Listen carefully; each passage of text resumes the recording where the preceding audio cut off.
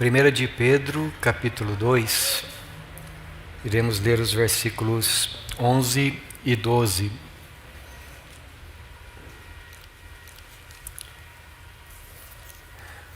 Pedro 2, 11 e 12.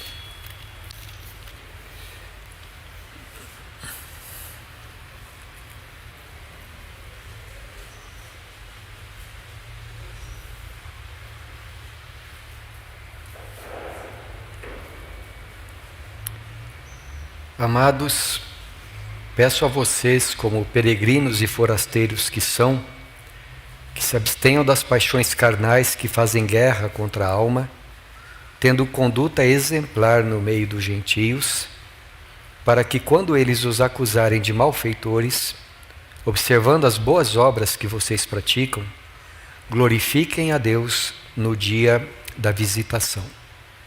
Esses dois versículos, meus irmãos. Alguns anos atrás, eu ouvi de um pastor, o homem que foi usado para levar a minha esposa a conhecer Jesus, pastor Hernani. Ele estava contando sobre um certo momento difícil pelo qual ele passou em seu ministério. Contou que num certo domingo à noite, logo terminando o culto, apareceu um homem na igreja e esse homem estava muito bravo. Estava, na verdade, furioso e queria conversar com o pastor da igreja. E o pastor então foi atendê-lo e aquele homem explicou por que estava tão furioso. É que a esposa dele insistia em todos os domingos ir para a igreja. E esse homem, o marido, não queria que ela fosse crente. E ele estava tão bravo que ele acabou dando um tapa no rosto do pastor. Se alguém desse um tapa no seu rosto, no meio de outras pessoas, você teria vontade de fazer o quê? E ele revidar com a maior força, né, irmão Elvira? Mas esse pastor, ele contando lá na igreja, ele disse que ele era lutador de karatê. Mas ele fechou bem as mãos e ele disse assim: Senhor, sou teu servo, eu me coloco nas tuas mãos. E aquele homem foi embora. Durante a semana aquele homem voltou para falar com o pastor e veio com uma atitude diferente. Ele veio para pedir perdão e contou para o pastor que no dia seguinte, na segunda-feira, a mão dele, a mão que ele tinha usado para bater no pastor, havia ficado paralisada. E ele sabia por que tinha acontecido aquilo. Então ele voltou durante a semana para pedir perdão e pedir que o pastor orasse por ele. E você sabe o que o pastor fez, não é? O pastor o perdoou e perdoou e orou por ele. E o homem então se viu curado. Irmãos, estou contando isto para vocês porque tenho comigo que isto que o reverendo Hernani contou lá na nossa igreja presbiteriana, lá em Manaus, é uma ilustração, ou melhor, é um exemplo muito forte daquilo que o apóstolo Pedro está nos ensinando a respeito da nossa atitude para com as pessoas de fora, para com aqueles que não conhecem o Senhor Jesus. Durante esses nossos últimos domingos, nós estamos considerando esta primeira carta aqui do apóstolo Pedro, e você se lembra que desde o começo da carta, ele está falando de duas coisas principais. A primeira, quem somos nós, e a segunda, quem é o nosso Deus, o Deus a quem nós estamos servindo. E o apóstolo Pedro, desde o começo, então, ele diz a respeito dos crentes, que os crentes são um grupo enorme de pessoas que, como ele pela segunda vez chama aqui, peregrinos e forasteiros, que estão espalhados pelo mundo inteiro, mas que, embora estejam neste mundo, não pertencem a este mundo. Aliás, são filhos de Deus, o Pai Celestial, escolhidos por Deus, desde antes de Deus criar todas as coisas, para serem santificados pelo Espírito Santo, para serem purificados dos seus pecados através do sangue que Jesus derramou ali na cruz. E então ele diz assim: olha, vocês são um povo especial, vocês são um povo de Deus. Deus, que domina sobre todas as coisas, tem amado vocês. Deus, que domina sobre todas as coisas, tem santificado vocês. E assim como Deus é santo, vocês também precisam refletir isso na maneira de ser, na maneira de viver de vocês. Ele diz para essas pessoas, ele diz para nós, os que cremos em Cristo Jesus, que pelo Espírito Santo nós fomos feitos nova criação, nós fomos regenerados. Que pela palavra de Deus que nos alcançou, nós fomos transformados. E que por causa disso, então, nós vivemos neste mundo para servir a Deus, para sermos sacerdócio real, uma nação santa, um povo de propriedade exclusiva de Deus. Ou como a gente gosta de cantar, somos raça eleita, sacerdócio real, nação santa, povo de propriedade exclusiva do Senhor, a fim de proclamarmos as virtudes daquele que nos chamou das trevas para a sua maravilhosa luz. Isso é o que nós temos considerado até o versículo 10 do capítulo de número 2. Agora, a partir do capítulo 2, versículos 11 e 12, o texto que nós lemos hoje, a gente pode dizer que Pedro começa a segunda parte da sua carta. E ele começa então a dizer como deve ser a nossa vida nesse mundo à luz de quem nós somos, do que Deus tem feito por nós. Então, os irmãos que têm a versão revista e atualizada, se os irmãos olharem aí nos subtítulos que a Sociedade Bíblica colocou para nos ajudar, vocês verão o seguinte: no capítulo 2, versículo 11 até o versículo 17, o título que a Sociedade Bíblica colocou para nós é o seguinte: a vida exemplar, deveres para com os não crentes e as autoridades. Depois ele coloca, no capítulo 2 ainda, versículos 18 a 28, coloca de novo, a vida exemplar, ou melhor dizendo, a vida exemplar cristã, deveres dos que prestam serviços a outrem. Depois no capítulo 3, versículos 1 a 7, ele diz, a vida exemplar cristã, deveres dos casados. Depois, a partir do versículo de número 8, do capítulo 3, até o 12, a vida exemplar cristã, o amor fraternal. Depois, no capítulo 3, de 13 a 22, a prática do bem, a longanimidade segundo o exemplo de Cristo. E se você continuar a ler Pedro, aqui, embora não apareça mais os exemplos, ou melhor, a palavra exemplo nos subtítulos aqui da Sociedade Bíblica, o assunto do apóstolo Pedro até o final da sua carta então será esse: a vida exemplar que nós precisamos ter neste mundo que não conhece ao Senhor Jesus Cristo. E aqui em nosso texto de hoje então, depois da sua primeira parte, nesta segunda parte ele abre o assunto, ele começa a tratar deste assunto, dizendo para nós: amados, peço a vocês, uma vez que vocês são peregrinos e forasteiros neste mundo, que vocês se abstenham das paixões carnais, que fazem guerra contra a alma de vocês. Tenham uma conduta exemplar no meio dos gentios, para que quando eles acusarem vocês de serem pessoas más ou malfeitores, observando o comportamento de vocês, no dia que Deus visitar a vida deles, o nome de Deus seja glorificado por causa de vocês. Esta frase que Pedro diz aqui, eu peço a vocês na nova atualizada, ou exorto a vocês na versão corrigida, a revista e atualizada, conforme o contexto, essa palavra ela pode significar chamar ao lado para encorajar, fortalecer, pedir, consolar, e também no sentido em que ela aparece aqui, pedir veementemente, exortar. É a mesma palavra que Jesus usa na sua forma substantiva para a obra do Espírito Santo, quando na nossa tradução a gente lê assim: eu enviarei o Consolador para que ele esteja sempre com vocês. O que eu quero com isso dizer, meus irmãos, é que aqui quem está falando conosco é o Espírito Santo. E ele diz assim: eu exorto vocês para que vivam desta maneira, uma vida exemplar.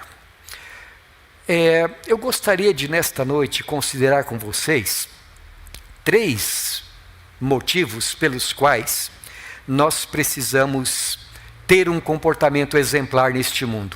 E quando a gente fala exemplo, você sabe o que a gente quer dizer, não é? O que é exemplo? Às vezes a gente fala assim, bom exemplo. O que isso significa? Que outras pessoas podem olhar para nós ou para outra pessoa e dizer assim, aqui está um caráter que merece ser seguido. E o que é um mau exemplo? É o contrário disso. Então Pedro diz aqui que nosso comportamento precisa ser um exemplo. E o que significa isso? O que implica para nós? Primeiramente, nós precisamos ter um bom comportamento, ou um comportamento exemplar, ou ainda um comportamento de acordo com quem nós somos, porque o nosso comportamento afeta a nossa própria alma. Veja no versículo 11: peço a vocês, ou exorto-vos, como peregrinos e forasteiros que são, que se abstenham das paixões carnais que fazem guerra contra a alma. Primeira coisa que eu gostaria de destacar, meus irmãos, é que conforme Pedro diz aqui, na nossa alma está sendo travada uma guerra. Lá no capítulo 5, o apóstolo Pedro vai dizer que nós temos um inimigo espiritual que anda em derredor procurando alguém para destruir, alguém para devorar. Esse inimigo, ele diz ali, é o diabo, inimigo das nossas almas. É o inimigo que nos ataca constantemente. Mas aqui, no texto que temos diante de nós, Pedro não está falando de um inimigo externo, vamos dizer assim, mas ele está falando de um problema dentro de nós, um problema interno.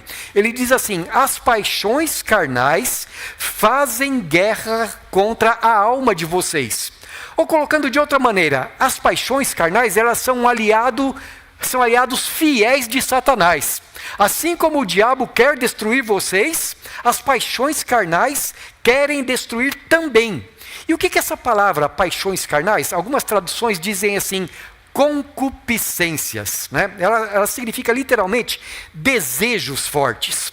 Às vezes, na Bíblia, essa palavra concupiscência, ou desejo forte, ela é usada num sentido bom. Por exemplo, quando Jesus está reunido com os discípulos para a noite da última Páscoa, ele fala assim: eu tenho desejado ansiosamente comer com vocês essa Páscoa. Ali a palavra que é usada no texto grego é a mesma palavra usada aqui pelo apóstolo Pedro. Então ali tem um sentido de você desejar e desejar muito uma coisa boa, uma coisa necessária para você. Jesus tinha esse grande desejo de estar com seus discípulos. Também, quando o apóstolo Paulo escreve que ele não sabe o que ele preferia, se era ficar ou se era partir e estar com Cristo, a palavra que ele usa lá é: eu tenho um forte desejo de estar com Cristo. E também quando ele escreve lá na carta aos Tessalonicenses, ele diz assim: olha, eu gostaria muito de estar aí com vocês. Então, às vezes, ocasionalmente, essa palavra desejo forte, ela tem um sentido bom. Por exemplo, se você deseja muito servir a Deus, isso é positivo, isso está correto. Mas na maior parte das vezes, essa palavra é usada num mau sentido. Como aqui, quando é um desejo forte, mas não é um desejo que vem de Deus, o Espírito Santo. É um desejo da velha natureza humana que gosta de se opor à vontade de Deus. Então, por exemplo, o apóstolo João, lá na sua primeira carta, ele fala assim: não ameis o mundo, porque tudo que há no mundo, concupiscência da carne, e aqui a nova tradução diz imoralidade sexual, a concupiscência dos olhos, isto é, a fascinação por tudo aquilo que a gente vê e quer para nós, e a soberba da vida. A concupiscência dos olhos, a concupiscência da carne é a soberba da vida, o orgulho resultante de você conseguir tudo o que você quer. Ele diz, não vem de Deus, vem do mundo. E aquele que faz a vontade do mundo não conhece o amor de Deus. O amor do Pai não está nele. Agora, o apóstolo Paulo, falando também um pouco a respeito disso, ele, por assim dizer, ele aumenta um pouco a lista, ele não coloca tudo o que se diz, tudo que diz respeito à concupiscência da carne, mas ele cita algumas coisas. Eu queria pedir que os irmãos, por favor, abrissem lá em Gálatas, agora, capítulo de número 5. A gente vai ler do versículo 16 até o versículo de número 20. E ali o apóstolo Paulo ele fala sobre aqueles desejos malignos que estão combatendo dentro do nosso coração. Eu vou acompanhar a leitura lá na projeção. Está escrito assim, digo, porém, andai no Espírito e jamais satisfareis a concupiscência da carne. Porque a carne milita contra o Espírito e o Espírito contra a carne, porque são opostos entre si, para que não façais o que porventura seja do vosso querer. Mas, se sois guiados pelo Espírito, não estáis sob a lei. Ora, as obras da carne são conhecidas e são prostituição, impureza, lascívia, idolatria, feitiçarias, inimizades, porfias, ciúmes, iras, discórdias, dissensões, facções, invejas, bebedices, glutonarias e coisas semelhantes a estas, a respeito das quais eu vos declaro, como já outrora vos preveni, que não herdarão o reino de Deus os que tais coisas praticam. Veja, o apóstolo Paulo, ele diz lá na última parte o versículo de número 21, ou melhor, na primeira parte do versículo 21, e coisas semelhantes a estas. O que ele está dizendo é, a lista que eu fiz aqui não está completa. Ela tem outras coisas parecidas. E todas essas coisas parecidas, inimizades, invejas, ciúmes, o apóstolo Paulo está dizendo assim, estão lutando ali contra o Espírito Santo dentro do nosso coração, dentro da nossa alma. Uma vez eu assisti um filme que alguém falava assim, o coração, ou o amor é um campo de batalha, era isso, Tequinha? O amor é um campo de batalha, não é o amor não, irmãos, é o coração humano que é um campo de batalha. De um lado está a velha natureza humana, que se opõe a tudo aquilo que é de Deus. E de outro lado está o Espírito Santo, trabalhando no nosso espírito, para que nós prosperemos em fazer a vontade de Deus. Veja, nessas 3 palavras de exortação, tanto de Pedro, quanto de João, quanto do apóstolo Paulo, nós estamos falando de algo, nós estamos lendo a respeito de algo, que cada um de nós experimenta na própria pele, por assim dizer. Você que é convertido, você que é crente em Jesus, o seu grande prazer é fazer a vontade de Deus. A sua grande busca diária é por crescimento em santificação, sem a qual ninguém verá o Senhor. A sua grande luta diária é manter comunhão com Deus, é fazer o que diz a sua palavra, é buscar a cada instante uma mente renovada que não se conforma com esse mundo, é ter um coração limpo, é ser manso e humilde de coração, resistente ao pecado. A sua vontade, eu sei que a irmã Elvira estava brincando, assim, a sua vontade é quando alguém fere o lado direito, voltar o esquerdo. Mas quando alguém te fere, a gente tem a vontade não é só de, ao mesmo tempo, ferir a face do outro lado, mas também o estômago, a canela, os braços e o que mais tiver pela nossa frente. Essa é uma luta constante dentro de nós. Então, veja, de um lado, nós queremos ser parecidos com Jesus. De outro lado, a carne combate contra isso. A velha natureza combate contra isso. Então, invejas, orgulhos, contendas, inimizades, toda espécie de malignas cobiças, de paixões desenfreadas, nos atacam implacavelmente. E nós temos a tendência, então, de dar o troco quando alguma coisa ruim acontece para nós. O velho homem que habita em nós diz que nós devemos querer ser os primeiros, ou como Diótrefes a gente leu hoje cedo, ter a primazia, sermos reconhecidos pelos outros à nossa volta. O velho homem deseja que as nossas vontades sejam satisfeitas. E eu penso, meus irmãos, que nunca é mais diabólico do que quando a gente envolve o nome de Deus nos nossos desejos. Quando em nome de Deus a gente quer fazer com que as outras pessoas obedeçam à nossa vontade, como se nós fôssemos Deus. Como muitas vezes o nome de Deus é usado em vão para os nossos próprios fins egoístas. Ou como diz o apóstolo Paulo, os homens se tornam amantes de nós mesmos.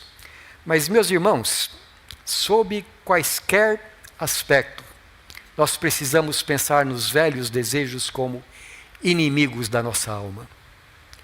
Porque para o pecado prevalecer, a nossa alma tem que ser destruída. Para a nossa alma viver, os pecados precisam ser mortificados. Daí que o apóstolo Pedro escreve: gente, o Espírito de Deus habita em vocês. Vocês são escolhidos de Deus. Então eu quero fazer um pedido para vocês em nome de Deus. Afastem-se das paixões carnais, porque elas estão em guerra contra vocês. Não é uma guerra que tem trégua. Não pode haver paz, não pode haver conciliação entre os desejos da carne e os desejos do espírito. Você percebe como muitas vezes, dentro do seu coração, a velha natureza luta? Como muitas vezes você busca a santificação, mas percebe aquela batalha dentro de você mesmo? Você tem um ou dois no momento, desejo da carne, fazendo guerra contra a sua alma? Soberba, arrogância, inveja, desejo daquilo que é de outro, da posição de outro, dos bens de outra pessoa, alguma idolatria, algum amor ao seu próprio ego. Irmão, não dê trégua para o pecado. Entenda que há uma luta dentro de você. E se você percebe essa luta, não alimente maus desejos no seu coração. Ou como diz Pedro, fique longe, abstenha-se dessas coisas. Primeira razão para o teu comportamento ser exemplar é que a tua alma é afetada pelo teu comportamento. Segunda coisa, o nosso comportamento também afeta o mundo lá fora. Veja, quando eu uso, melhor dizendo, a palavra mundo aqui, o que eu quero dizer com isso? As pessoas que ainda não conhecem a Jesus. Então a Bíblia faz uma distinção entre os da igreja e os do mundo. Aqui o apóstolo Pedro descreve essas pessoas que são do mundo como gentios. É a mesma linguagem que o Senhor Jesus usa para falar a respeito daqueles que ainda não conhecem a Deus. E o apóstolo Pedro diz aqui, quando ele ensina a respeito disso, ele diz que, por causa dos gentios, nós devemos ter um comportamento exemplar também. E ele diz então, assim, que os gentios, eles estão observando o nosso comportamento.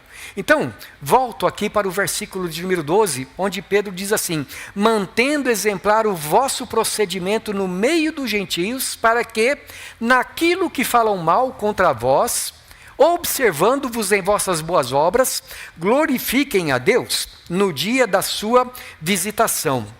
Durante toda a sua carta, meus irmãos, o apóstolo Paulo volta a esse assunto algumas vezes. E ele diz na sua carta que aqueles que não conhecem a Deus, aqueles que não têm fé em Jesus, eles podem ter reações diferentes em relação a nós. Então, por exemplo, o apóstolo Pedro diz no capítulo de número 2, vamos ali para o capítulo de número 2, versículos 19 e 20, ele diz assim: porque isto é agradável a Deus, que alguém suporte tristezas, sofrendo injustamente, por motivo de sua consciência para com Deus. Pois que glória há se, pecando, sendo castigados por isso, vocês o suportam com paciência. Se, entretanto, quando praticam o bem, vocês são igualmente afligidos e o suportam com paciência, isso é agradável a Deus. Futuramente nós voltaremos a esse texto, né? Vamos trabalhar melhor nele.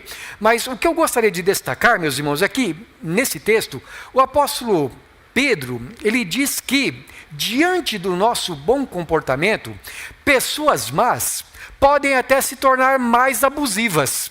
Isto é, você está fazendo o bem, e você fazendo o bem, o que a pessoa faz? Pratica o mal contra você, por causa da sua consciência para com Deus. Eu me lembro que, certa ocasião, eu era recém-convertido, eu estava partilhando com alguém aquelas palavras de Jesus, né, que eu citei agora há pouco: se alguém fere a sua face direita, ou se alguém pede para você andar 1 milha, vai com ele 2.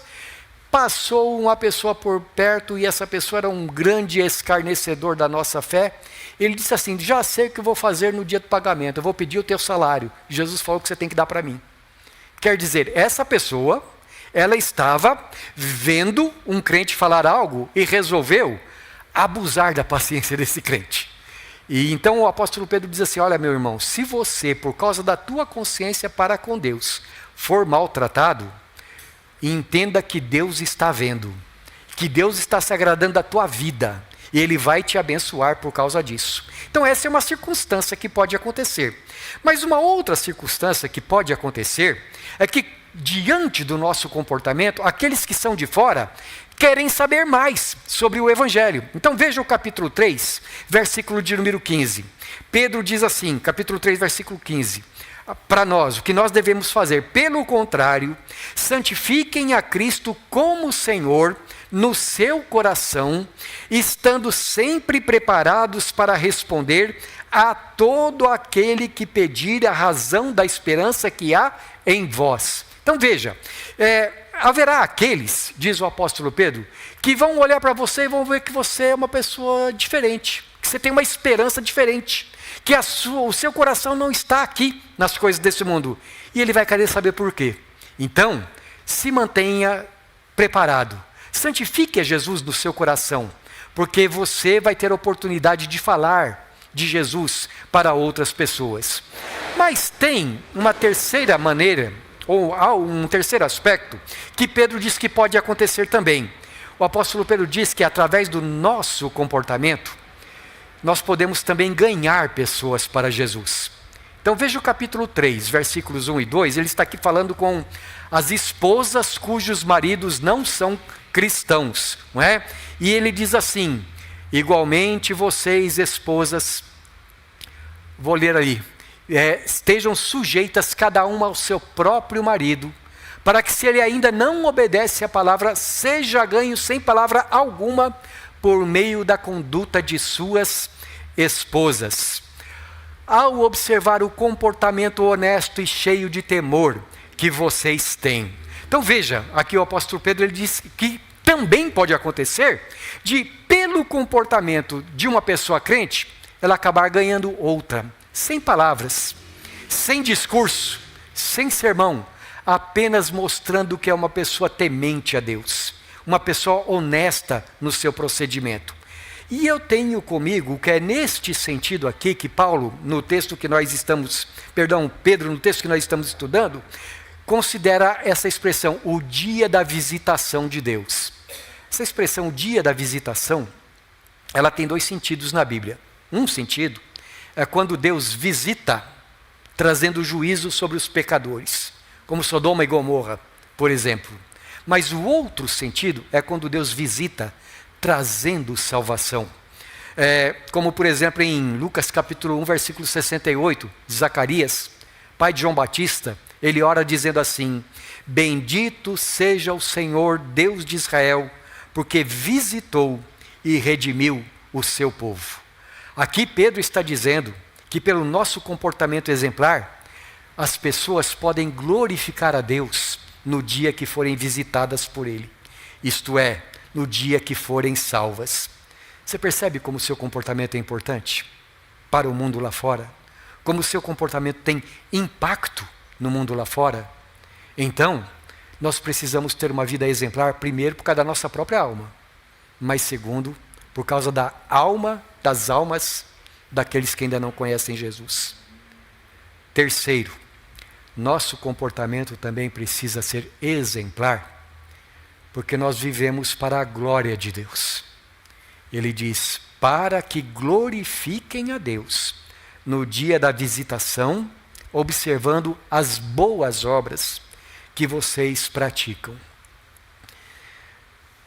Lá na primeira igreja de São Paulo, esse irmão já deve ter falecido, mas ele contou certa ocasião que ele era sócio de um clube e num sábado ele estava lá no clube assistindo a uma partida de futebol, estava lá na torcida.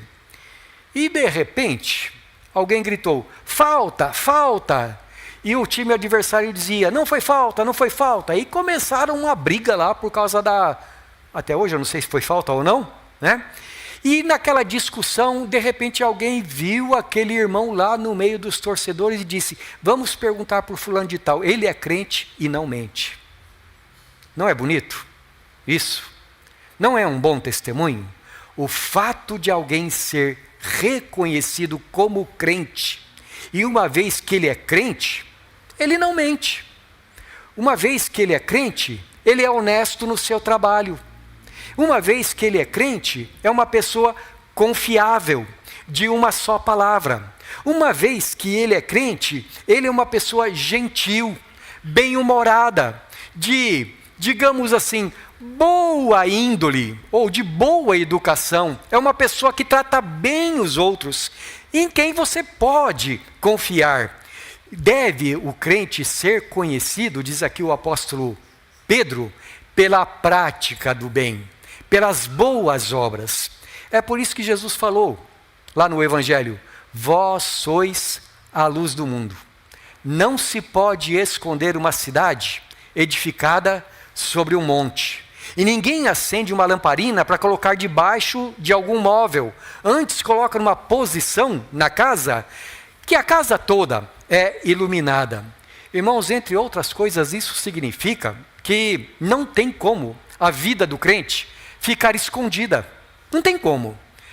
Deus está nos observando o tempo todo. A Bíblia diz que anjos e demônios também estão nos observando o tempo todo, mas quer nós tenhamos consciência ou não, o mundo está nos observando o tempo todo. E o mundo percebe quando nós andamos de acordo com a vontade de Deus ou não.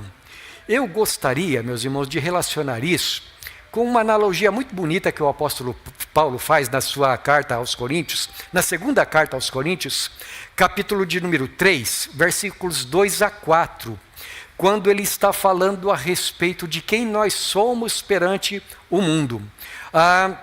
Segundo Coríntios 2, capítulo 3, melhor dizendo, do versículo 2 até o versículo 4.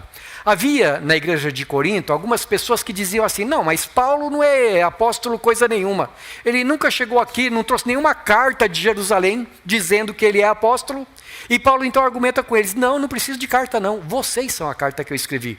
Porque eu preguei e vocês se converteram, né? Então, e depois ele desenvolve mais a ideia. Então vamos ler. Ele diz assim, vocês são a nossa carta escrita em nosso coração, conhecida e lida por todos. Vocês manifestam que são carta de Cristo, produzida pelo nosso ministério, escrita não com tinta, mas com o Espírito do Deus vivo, não em tábuas de pedra, mas em tábuas de carne, isto é, nos corações. E é por meio de Cristo que temos tal confiança em Deus. Então veja, meus irmãos, o apóstolo Paulo aqui ele faz uma comparação da vida do crente com a de uma carta.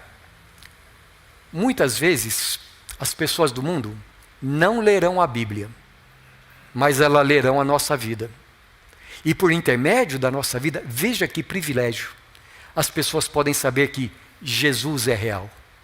Porque as pessoas podem olhar para a nossa vida e falar, o que esse homem tem de diferente? O que essa mulher tem de diferente? A maneira como ele lida com as circunstâncias, a maneira como ele reage, não é como o resto do mundo. É diferente. E ele começa a apreciar. Lembra que eu falei sobre o pastor Hernani no começo do culto? Aquele homem que o agrediu durante a semana voltou para conversar de novo, porque ele percebeu que as coisas não eram bem assim como ele achava.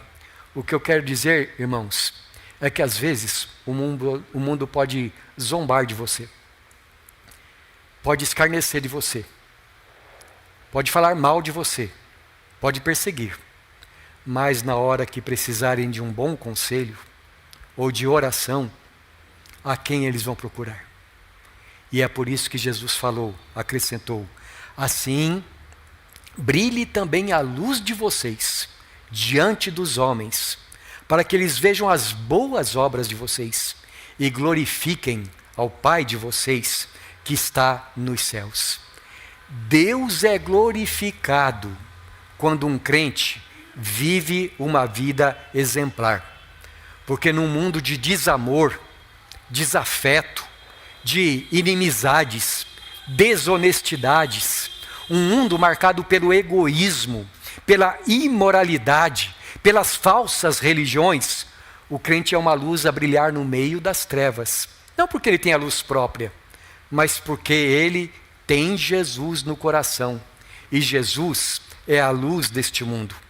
Aquele que olha para a vida de um crente precisa ver a possibilidade de um mundo diferente, de paz, de alegria, de justiça, um mundo melhor.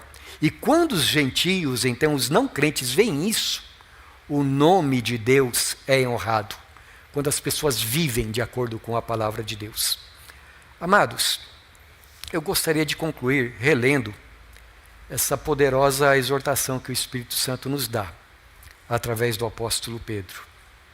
Amados, rogo-vos ou peço a vocês, como peregrinos e forasteiros que são, que se abstenham das paixões carnais, que fazem guerra contra a alma, tendo conduta exemplar no meio dos gentios, para que quando eles os acusarem de malfeitores, observando as boas obras que vocês praticam, glorifiquem a Deus no dia da visitação. Eu gostaria de fazer 3 aplicações práticas deste ensino para a nossa vida. Primeiro, recordando que a Bíblia diz que as paixões carnais estão em guerra contra a alma, a nossa alma. Mas você também viu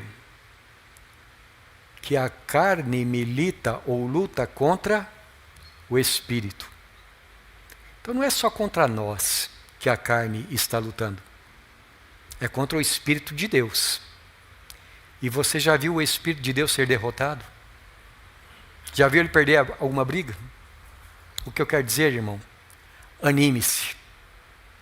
Fortaleça o teu coração. E quando o pecado quiser te dominar, diga não em nome de Jesus. Porque o Espírito de Deus habita em você. Como é que diz o apóstolo Paulo em outro lugar? O pecado não terá domínio sobre vós, pois não estáis debaixo da lei, e sim da graça. Não dê trégua para o pecado. Como diz o apóstolo Paulo, combata o bom combate da fé. Até o final, complete a sua carreira e guarde a fé. Não desanime, afaste os maus desejos de você. E você verá que isso não é eterno, mas que o Espírito Santo nos dá vitória. Segundo, não esqueça o impacto que a tua vida tem sobre o mundo. Você pode ser uma pessoa tímida, que nunca abre a boca para falar nada. Você pode ser uma pessoa reservada. Você não precisa ser uma pessoa que do ponto de vista material cause inveja nos outros pelo teu maravilhoso estilo de vida. Você não precisa ser uma pessoa culta demais. Mas uma coisa você precisa: andar com Jesus. E o apóstolo Paulo diz: vocês são uma carta aberta. O mundo está observando vocês. E o mundo está lendo o Evangelho através da vida de vocês. Então, nós precisamos entender o quanto nossa vida impacta sobre os outros. É claro, meus irmãos, que eu não estou dizendo aqui que nós precisamos assumir uma postura diante do mundo que não corresponda à realidade. Porque, por exemplo, Jesus ele criticou severamente os fariseus, porque os fariseus queriam mostrar uma espiritualidade que eles não tinham, não é? Não era real aquilo. Então, eu não estou falando de nós nos preocuparmos em ter uma espiritualidade de fachada, ou como diziam os antigos, só para inglês ver, né? Não, mas eu estou falando de viver uma vida diante do mundo que corresponda àquilo que nós somos em Cristo, porque isso trará impacto sobre as pessoas do mundo.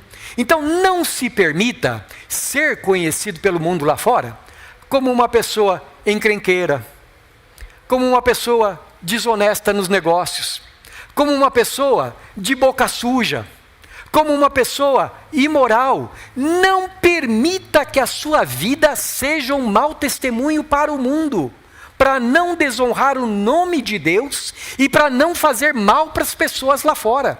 Porque se tem uma coisa que faz mal, meus irmãos, é mau testemunho, não é? Se tem uma coisa que leva as pessoas a se afastarem do Evangelho, é quando pessoas que se dizem crentes não andam de acordo com o Evangelho.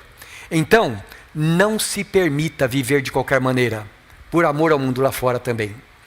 E por último, que a vida de vocês, de cada um de nós, seja um reflexo da glória de Deus.